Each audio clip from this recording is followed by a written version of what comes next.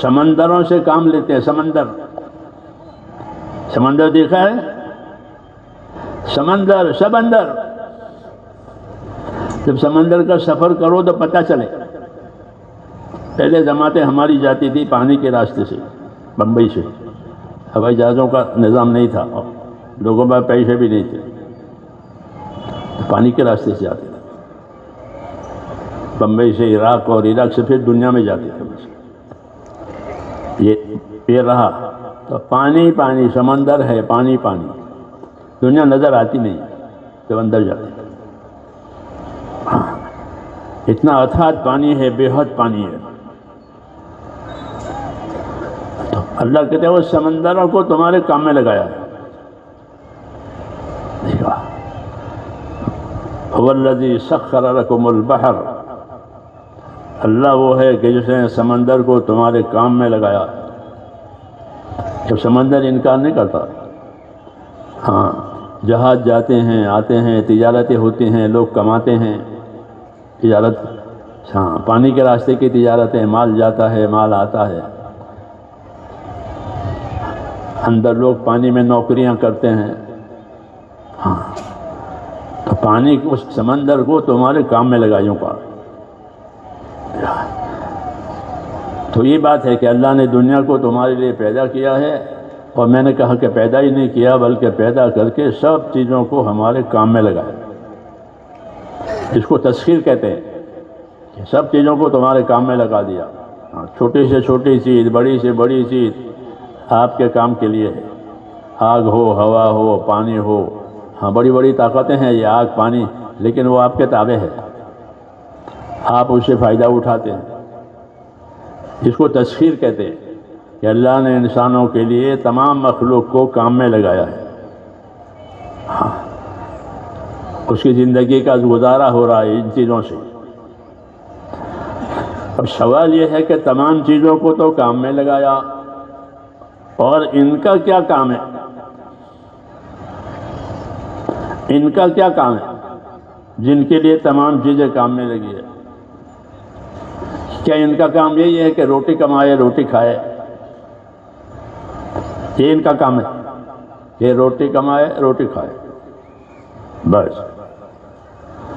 کہ نہیں، ایسا نہیں ہے کہ اتنا سارا اللہ تعالیٰ نے بندوبست کیا ہے ہمارے لیے تاکہ ہم روٹی کھائیں. کہ نہ، ایسا نہیں ہے، حکمت کے خلاف ہے.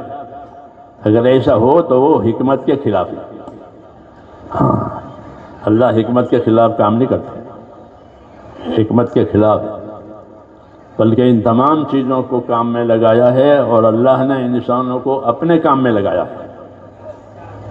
یہ شرف ہے، یہ شرف ہے کہ ان تمام چیزوں کو تو ہمارے کام میں لگایا، اور ہم کو خدا نے اپنے کام کے لیے پیدا کیا.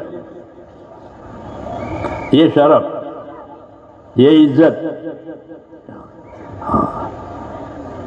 یوں بھی اولاد آدم کا اللہ نے اکرام کیا ہے، اولاد آدم کے اللہ نے عزت کی ہے.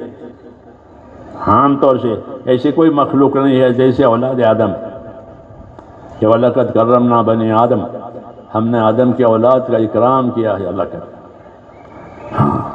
عبداللہ بن عباس فرماتے تھے کہ آدم کے اولاد کے اکرام کی ایک شکل یہ بھی ہے کہ تمام جانور منہ لگا کر کھاتے ہیں،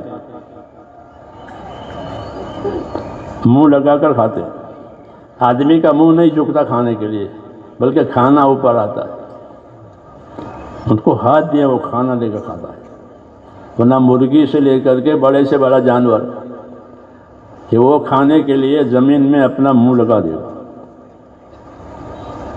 ہاں، اس کو شرف دیا ہے کہ اس کا منہ نہیں لگے، کھانا آئے گا. یہ کہا کہ وَلَقَدْ كَرَّمْنَا بَنِي آدم، کہ آدم کے اولاد کا اکرام کیا ہے. تو اکرام کی ایک شکل ابن عباس یہ بھی کہتے ہیں. اور اللہ کہتے ہیں کہ وَحَمَلْنَاهُمْ فِي الْبَرِّ وَالْبَحْرِ، کہ ہم نے انسانوں کو سمندروں میں، خشکیوں میں سواریوں پر چلایا ہے. کوئی جانور کسی جانور پر سوار نہیں ہوتا. ہوتا ہے؟ نہیں ہوتا. یہ جانوروں پر سواری کرتا ہے، یہ پانی میں بھی سواری کرتا ہے.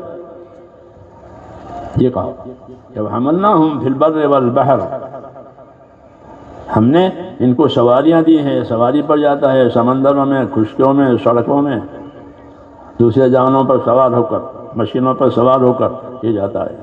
یہ عزت کی بات ہے کہ اولاد آدم کو عزت دی۔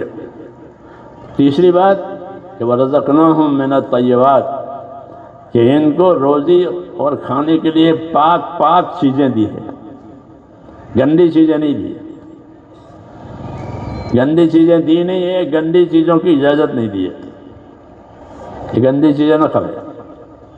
ہاں، تو اللہ تعالیٰ نے یہ سارا اکرام اولاد آدم کا کیا ہے۔ ہاں، تو اب اولاد آدم کو کیا کرنا چاہیے؟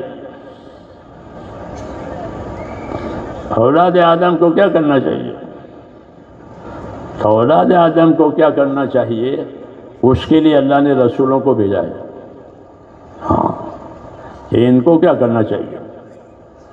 جن کے لیے اللہ تعالیٰ نے اتنا سارا کر دیا، تو اللہ نے اپنے رسولوں کو دنیا میں بھیج کر کے زندگی کے مقصد کی طرف رہبری کی ہے۔ ہاں، یہ چیزیں تو زندگی کی راحت ضرورت کی ہوئی، اصل زندگی کس کام کے لیے ہے؟ ہاں، اصل زندگی کس کام کے لیے ہے؟ اس کی رہبری کے لیے اللہ تعالیٰ نے نبیوں کو بھیجا ہے۔ ہاں، کہ نبیوں نے آ کر کے یہ بتایا ہے کہ اللہ تعالیٰ نے بندوں کو اپنی عبادت کے لیے پیدا کیا ہے۔ ہاں، اور کسی کام کے لیے نہیں پیدا کیا، سب چیزوں کو ان کے کام کے لیے پیدا کیا، ان کو اپنی عبادت کے لیے پیدا کیا۔ یہ شرف ہے، یہ عزت ہے۔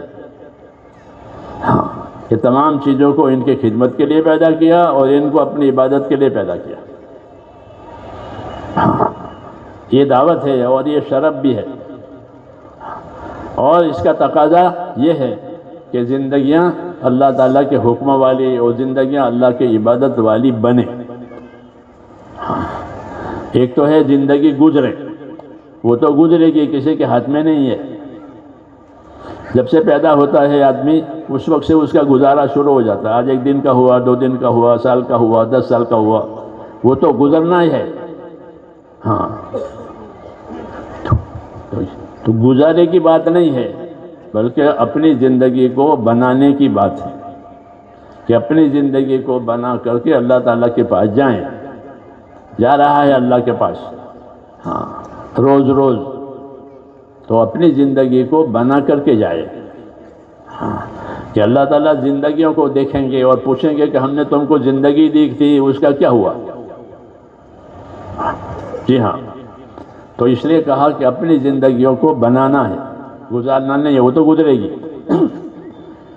کہ زندگی کے بنانے کے لیے کیا طریقہ ہے؟ کہ زندگی کو بنانے کے لیے اللہ تعالیٰ نے ہم کو اپنے احکام دیے ہیں۔ احکام دیے ہیں، ان احکام میں ذمہ داری دی ہے کہ یہ کرو اور یہ مت کرو۔ اس لیے میرے دوستو، دنیا کی زندگی جو ہے وہ ذمہ داری کی زندگی ہے۔ ہاں، ذمہ داری کی زندگی ہے، اور ذمہ داریوں کے بقدر آدمی کی قدر ہوگی۔ جتنی وہ ذمہ داری پوری کرے گا اتنی اس کی اللہ کے ہاں قدر ہوگی، اتنی ہی مدد ہوگی جتنی ذمہ داری پوری کرے گا۔ حدیث شریف میں ہے کہ المعونۃ علی قدر المعونہ، کہ اللہ کی مدد اتنی ملے گی جتنی یہ ذمہ داری پوری کرے گا۔ وہ ذمہ داری ہوتی ہے اللہ تعالیٰ کے احکام کی۔